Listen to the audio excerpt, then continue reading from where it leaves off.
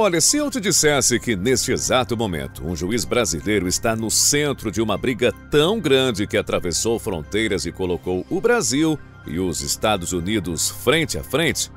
Pois é, no dia de ontem, 26 de fevereiro de 2025, o Comitê Judiciário do Congresso americano, como se fosse a CCJ deles lá, aprovou um projeto que propõe sanções contra o ministro Alexandre de Moraes, um dos principais e mais influentes ministros do nosso Supremo Tribunal Federal, o STF.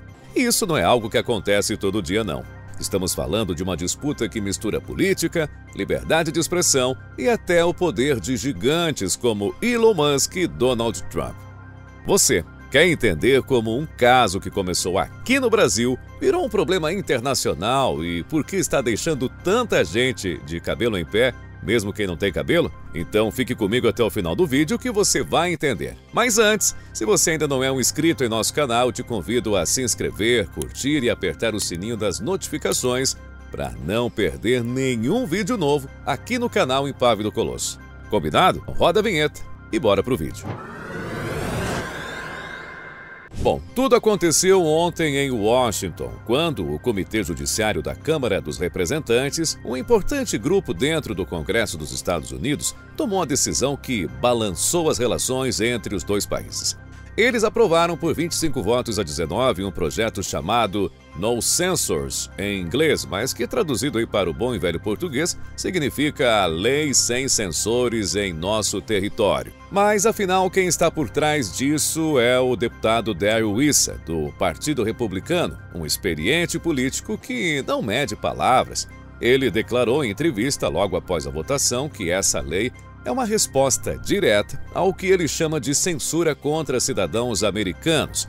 E o alvo principal, claro, é Alexandre de Moraes. A ideia do projeto ela é clara, mas ao mesmo tempo pesada.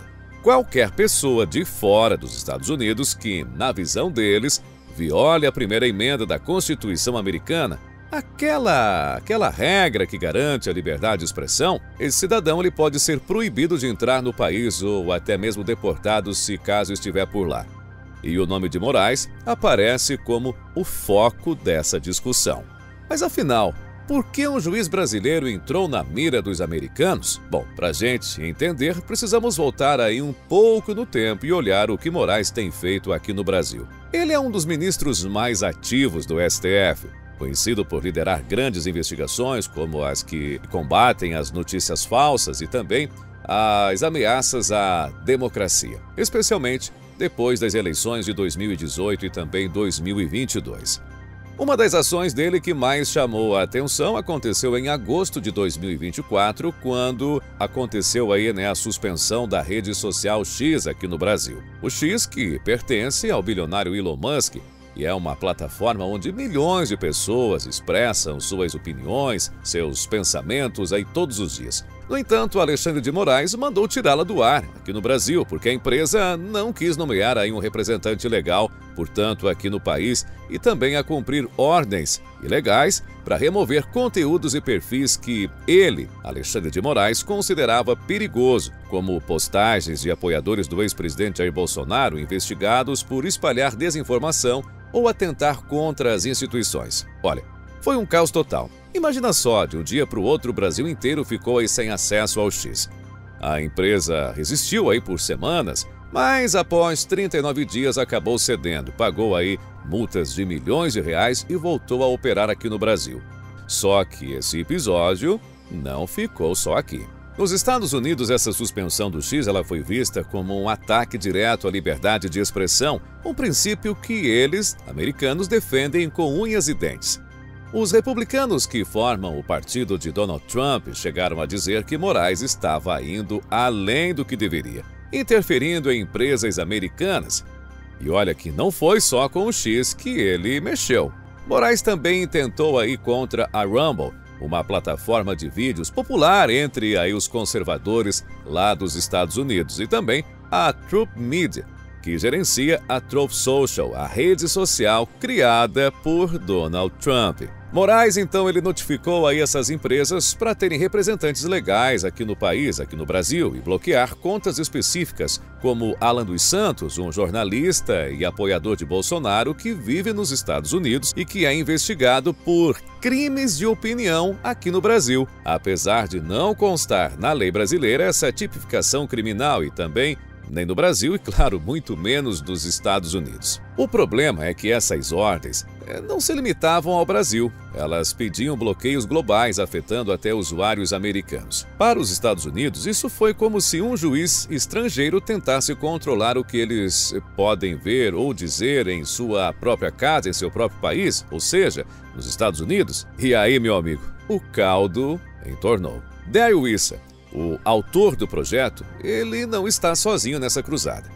Ele conta aí com o apoio de outros republicanos que veem Moraes como uma ameaça aos valores que defendem. Depois da votação no comitê, que terminou aí com essa vitória um tanto apertada de 25-19, o clima ficou ainda mais tenso e mais pesado. Logo em seguida, o Departamento de Estado americano, ele foi lá e publicou uma nota, uma mensagem no X, que soou como um alerta ao Brasil.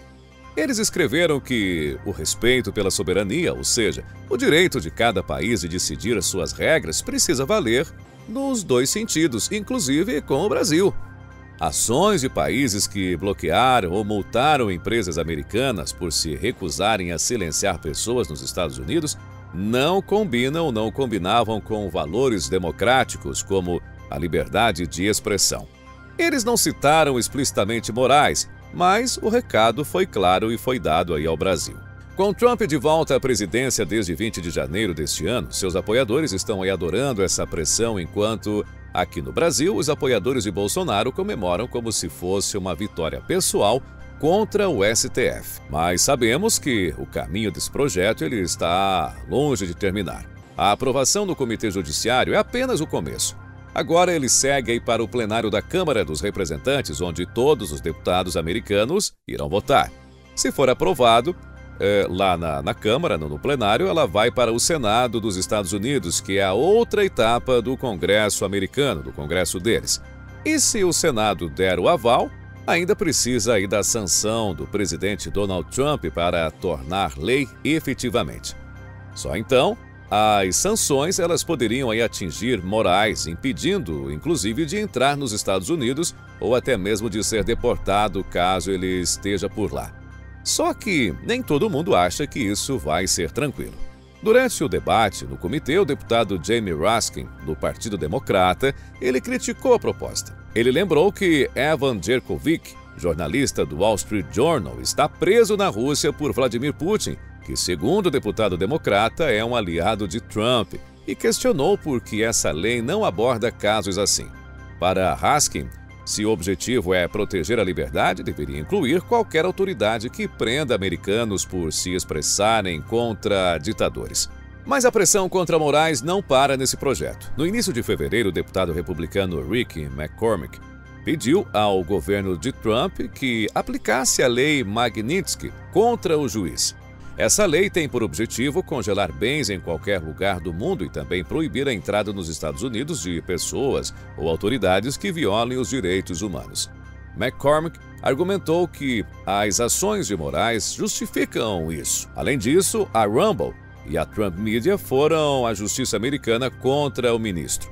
No dia 19 de fevereiro, entraram com uma ação na Flórida alegando que as ordens de suspensão de contas de Alan dos Santos eram censura ilegal fora do Brasil. Eles conseguiram aí uma decisão favorável com o juiz, uma juíza dizendo que essas determinações elas não têm efeito nos Estados Unidos. Enquanto isso, a Rumble está suspensa aqui no Brasil por não cumprimento de critérios semelhantes às do X. A plataforma, portanto, está suspensa aqui no Brasil e o seu CEO, o Chris Pavlovski, se recusa a obedecer às ordens de Moraes e diz que encontra Alexandre de Moraes aí nos tribunais americanos. Já por outro lado, o governo Lula, o presidente do Brasil, ele observa tudo com cautela.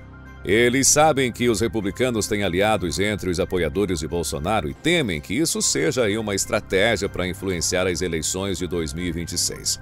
Na semana passada, a Procuradoria-Geral da República denunciou aí o ex-presidente Jair Bolsonaro por tentativa de golpe de Estado após investigações sobre os atos de 8 de janeiro de 2023, o que jogou ainda mais combustível nessa briga. O STF, ele não se pronunciou oficialmente aí sobre a votação de ontem lá nos Estados Unidos, pelo menos até o fechamento dessa matéria. Mas o clima lá dentro deve estar pesado. Moraes, que já presidiu o Tribunal Superior Eleitoral e também no STF já proferiu aí decisões duras, agora ele vê essa pressão internacional só crescer. Como diria aquele velho ditado, um dia é do caçador, o outro é da caça. E é exatamente o que está acontecendo com o ministrão Alexandre de Moraes. Mas agora eu quero saber de você, a sua opinião com relação a isso tudo. É uma disputa entre o controle da informação no Brasil e também a visão americana de liberdade total. Moraes, ele virou símbolo dessa tensão, acusado de censura por uns e defendido como protetor da democracia por outros.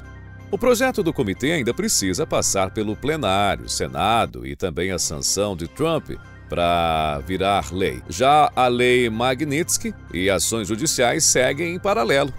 É um choque de poder, tecnologia e influência que pode redefinir como o Brasil e os Estados Unidos se relacionam. E você, o que acha disso? Os americanos têm razão em mirar em Moraes ou está indo longe demais? Bom, me conte aqui embaixo nos comentários porque essa história ainda vai render muito, viu? Eu vou ficando por aqui. Eu deixo mais uma vez o convite para você se inscrever em nosso canal, deixar o seu like, apertar o sininho das notificações aí para ficar por dentro dos nossos próximos vídeos aqui no canal. Um grande abraço e até lá!